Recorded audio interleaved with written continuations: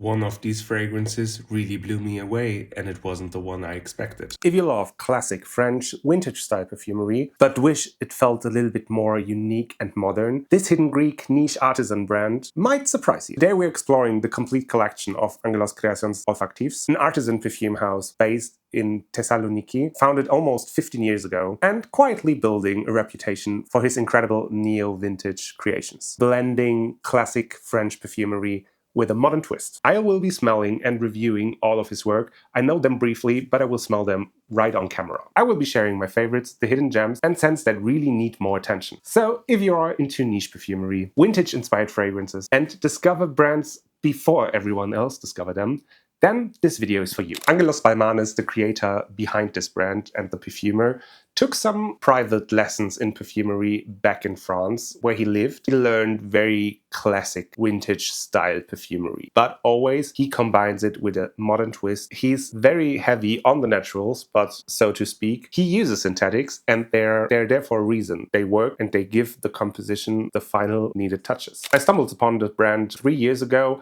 when a friend sent me a sample of Angeliki, a scent that is very, very special to Angelos, which I will come back later to. And let me state this quite frankly, it made me ugly cry for around 4 hours. So a really special scent that really hit right home, and yeah, just incredible. And that was my first touching point with the brand. And later on, now I have 5 bottles here, and I love them dearly. I love him as a perfumer and as a human very, very much. So this video is long overdue. For the most part, his perfumes aren't inspired by a memory or a story. It's more like he wants you, the wearer, to feel emotions. It shouldn't be a story that it's forced on you, rather than you experience a story and the feeling when you smell the perfume. So it's a little bit the other way around than most of the contemporary niche perfumery right now. We are talking a little bit more vintage stuff. Let's just dive in. I'm Richard, you're on Right Sense. This video is a brand tour, therefore it's in English. My normal content is usually in German. If you love to discover more brands that you haven't ever heard before and are capable of basic English, then this channel might be right up your alley. Let's start with my first touching point. This is Angeliki. This fragrance is one of the few fragrances that is really inspired by something, and it's inspired by his late grandmother. They lived together in an apartment, and she always loved fragrances, and she loved the vintage fragrances. And he took care of her, and they lived together, and it was a very special person for him. And she grew 104 years old before she passed.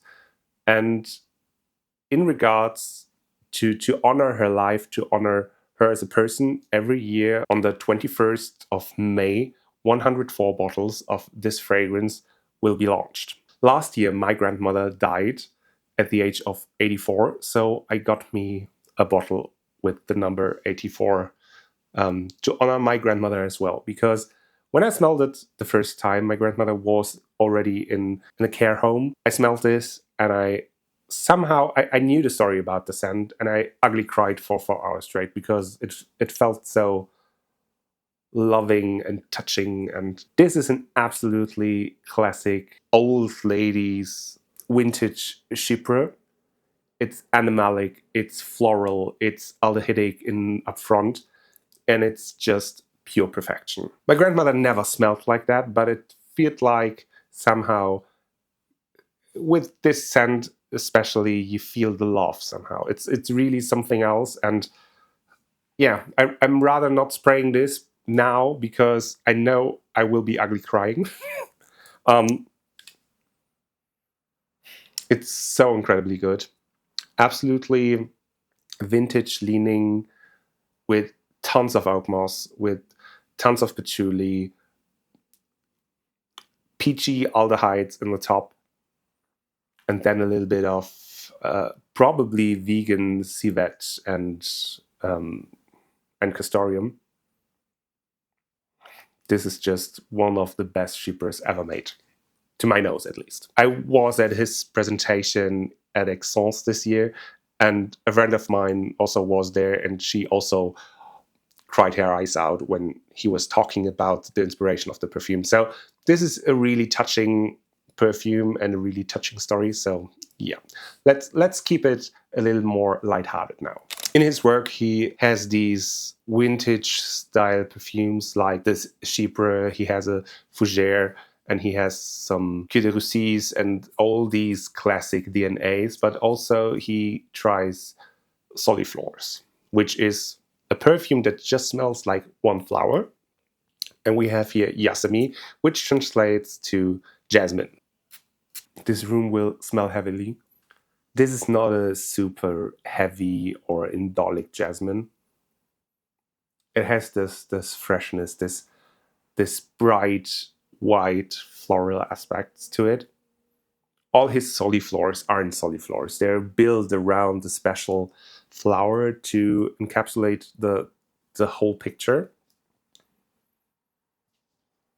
So everyone who's really in love with jasmine absolutely needs to try this one. You have some fruity facets here. You have all his scents are super complex and very well blended, and they bloom on skin graciously. But this one, it has a fruity, kind of greenish, almost bright aldehydic start, and it will dry down so much more floral and uplifting, but never vain. You have the small animalic facets about it, but it's not a very heavy indolic jasmine as you may occur otherwise. Eau De Vertu, I hope I pronounced them correctly because everything is French. I don't speak French. Like the name suggests, absolutely gorgeous green fragrance. Almost a little bit earthy. Lots of galbanum. Almost a little bit tea adjacent. It's fresh, is absolutely summer scent approved and very lightweight, but not without a profile. I would say it's not overly complex, this one, but there's still stuff going on. It's really, really beautiful, green, fresh fragrance. And if you love stuff like that, especially for the summer, yeah, you can almost pick up a little bit of petrichor mineralic notes in here as well. So if you're up for that, Eau De Vertu is an impressive scent. Furthermore, there is a whole discovery set available at his website, which isn't that cheap, but you are getting really many fragrances, and his fragrances range from 120 euros to 300, 400 euros per 30 ml. So it's still a bargain, and you can really smell all the different facets of his work. So I would highly recommend you getting this sample set. If you already know his work, what's your absolute favorite? Leave it in the comments. Let's discuss, because maybe we have the same taste, or maybe our taste differs quite a bit. The next scent is Figue De Vertu. So this is kind of a flanker of Eau De Vertu, which was his first ever fragrance, I guess, if I remember that correctly. This one is made with, you guessed it, a fig, a green fig, a fruity fig, one of the best fig scents out there. I really enjoy fig scents, especially in summer. And here's this ripe, fruity, sweet, not overly milky, and not overly green. You get the green, but it's not the main focus. The main focus is really this ripe, juicy fig, and it's done amazingly in here. You almost always get a little bit of a coconut feel with fig, and that's always the only kind of way where I can tolerate some kind of coconut adjacent notes. But this one, beautiful. If you love fig, try this one. So good. Absolutely good for the summer. Feels like you're in a hammock in the shades of at the beach, and you're at the Mediterranean Sea, and you're eating ripe figs. Just so good. It's an absolute feel-good scent. It's so easy to wear, and yeah, it just brings joy. And I think that's one of the main reasons we should wear perfume in some form or the other. Fougeriste is the next one. As you can might tell, this is a fougere.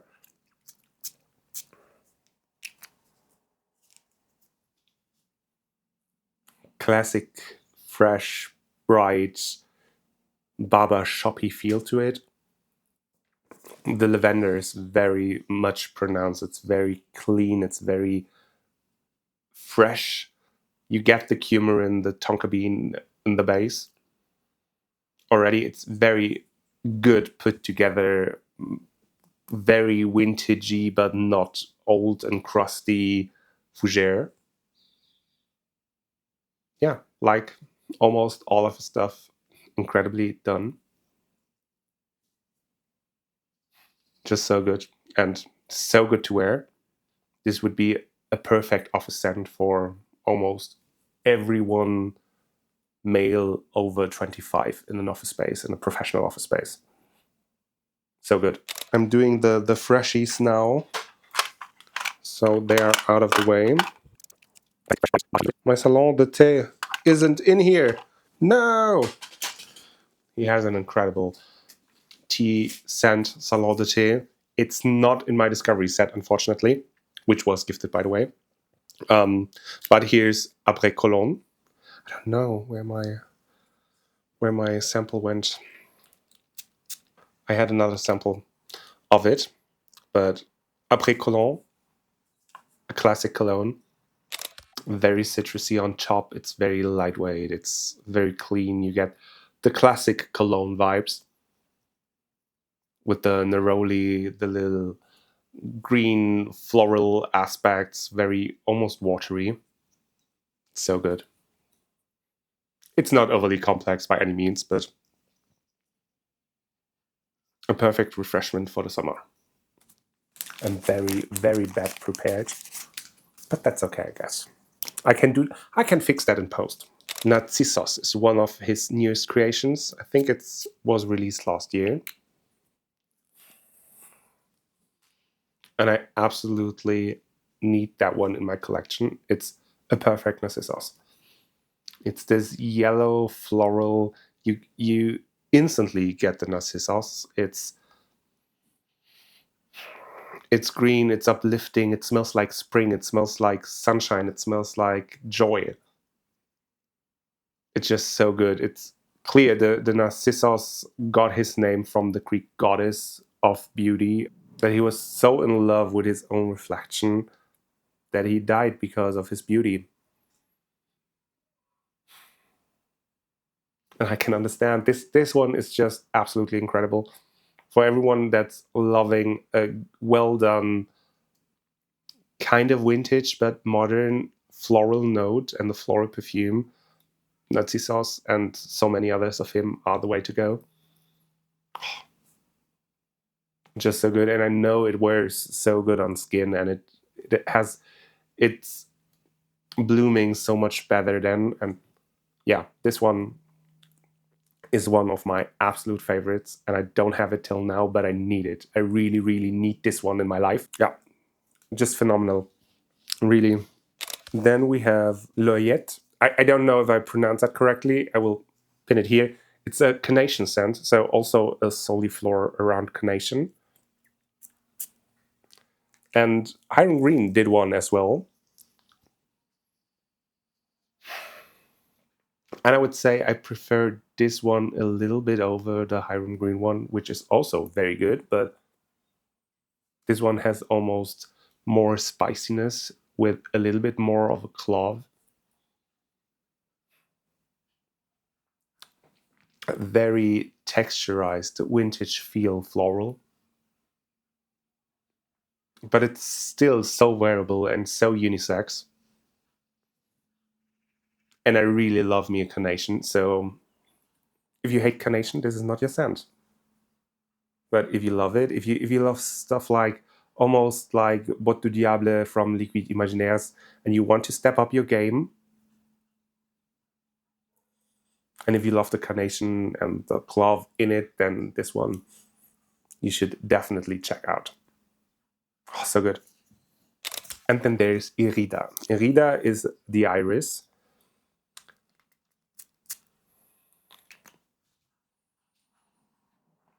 And this one isn't that vintagey, powdery smelling. It's more fresh. It's a little bit on the greener side. It's a little bit more on the slightly earthier side. It's not dark. It's not packed. It's very lightweight and very uplifting, very cheerful scent. One of the most significant red yarn things in his creation is the joy you smell. You really can smell the joy in his creations. And this is no exception. There is a special one, Paltrida, which is exclusive for a Italian shop. I smelled it. It's also fantastic. And this one also has a flanker, so to say. Irida Extrait. It's not like he just pumped up the fragrance oils and that, so to speak.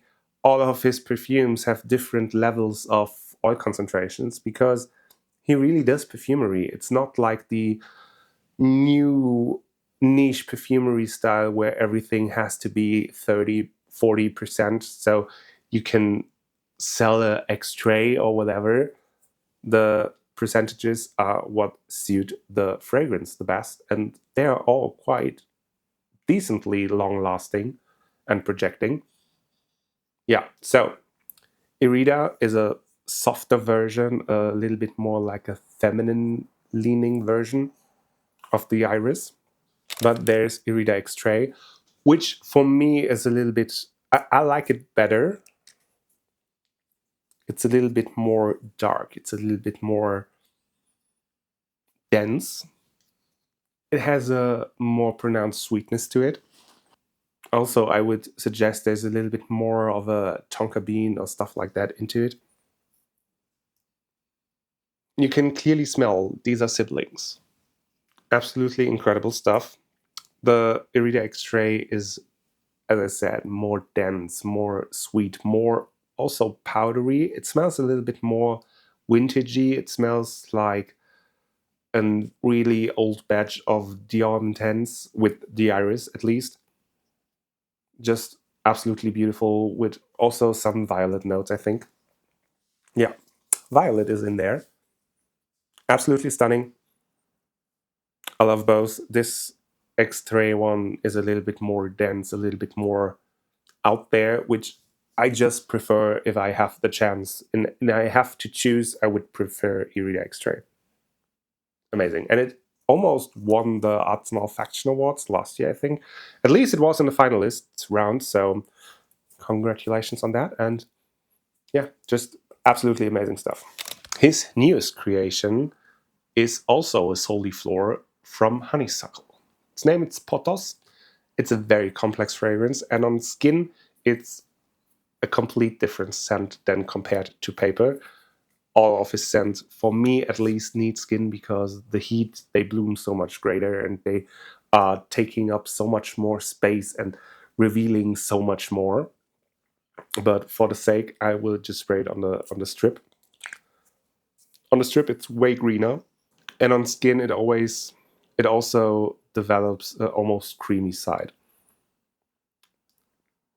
Amazing florals. It's very lightweight. It's spring in a bottle, sunshine feel, and all of his scents have some sort of texture. It smells like you would touch silk, animal fur, velvet, stuff like that. Nothing is just plain. Everything has so much more pronounced, complex world building in the scent itself without telling you a story of when I was a 5-year old, I smelled once honeysuckle and therefore blah blah blah. No, we don't have that. It's a very introspective point of view somehow because it focuses on you, on the person that really smells the perfume, what kind of emotions it evokes in you, rather than you're getting emotions or memories pushed onto you. God, this is just absolutely incredible. For me, also, I said it, over and over again. This is just perfection, and I'm so glad I got it. I got it at Paris Perfume Week directly. I smelled it the first time, and I was like, okay, I need a bottle. Then we have his vetiver fragrance, which is called Vetiveria Animalis. And as you might expect, this is an animalic vetiver scent. It's not overly animalic, but it has this very kind of sexy, masculine, just brute force. It's one of the fewer vetivers that I really, really enjoy. I think it's very well done. It reminds me almost a little bit of Sultan Pasha's Thebes, which is a different take on vetiver. This one is more direct and more forceful somehow. That's also so good, and I love Thebes as well. Would need to make a one-on-one test to see which one is my favorite. You get a little bit of animalics in here as well, but it's so good. It's so well done. For me, this one is clearly leaning masculine, but I'm quite convinced that there are many women who could rock a scent like this one. It's just, maybe you noticed, I cannot stop smiling because of his creations. So earthy, woody, a little bit animalic. The opening is kind of fresh and aldehydic, but all of his scents are so complex and so rich. Amazing. This video is kind of long. I'm sorry. There are 19 or 20 scents in this discovery set, and I need to discuss them all because you cannot miss them. We are now up to a very classic Shalimar, ambery kind of spicy thing. It's called Grace de Orient. I have no idea how to pronounce it. The word is a no-no word still. If you love a spicy, ambery, winter, autumn kind of feeling scent with this vintage quality to it, a little bit leathery with nutmeg and cinnamon and ambery facets. It's so good. It feels very grand dame, but still very unisex at the same time. This could be worn in the Berlins of the 1920s. It's very provocative and endearing and alluring. Absolutely stunning. But it's not too dense somehow. Just absolutely amazing. Gosh, I'm sounding like I'm always like, oh, it's so good, but it is good for real. If we are at ambery, we stay at ambery because E-lectron is one of his newer creations. It's also an amber scent, and E-lectron means fossilized amber. And this one is a little bit more orangey. It's warm, radiating golden light. Has some clean facets about it as well, but it's the other one. This one is so much more modern, more modern take on amber than Grace de Orient. But both felt so good in their different directions.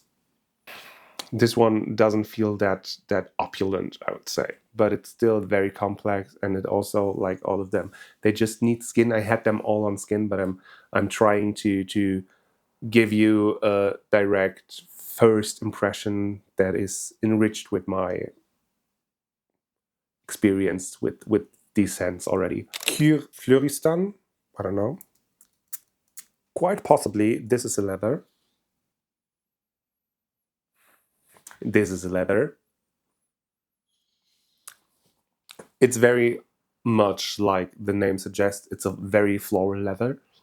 I would say this is more pronounced on the leather aspect than Pnoi, which I will talk to you after this one, which is also like a Cuir de Russie.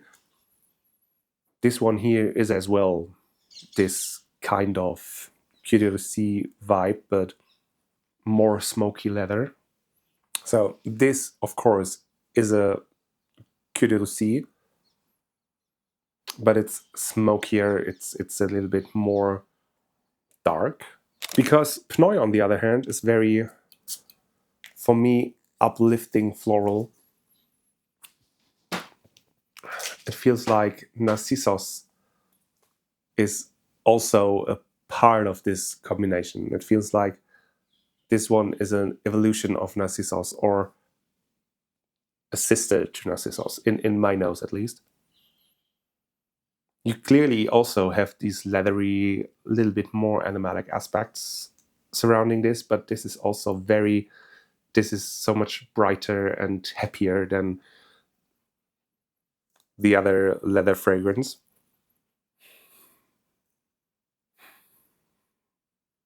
Yeah, Cuir de Fleurissant is so much more smoky. For me, I prefer Pnoi, but Pnoi is like the spring version, and Cuir de Fleurissant is more like the winter version or fall version. Those are absolutely beautiful, but Pnoi really has a special place in my heart because, yeah, I don't know. Also, he gifted me the bottle. So, and then we have two of his absolute, probably most selling perfumes, which is Tabac Libre, which is an amazing tobacco scent.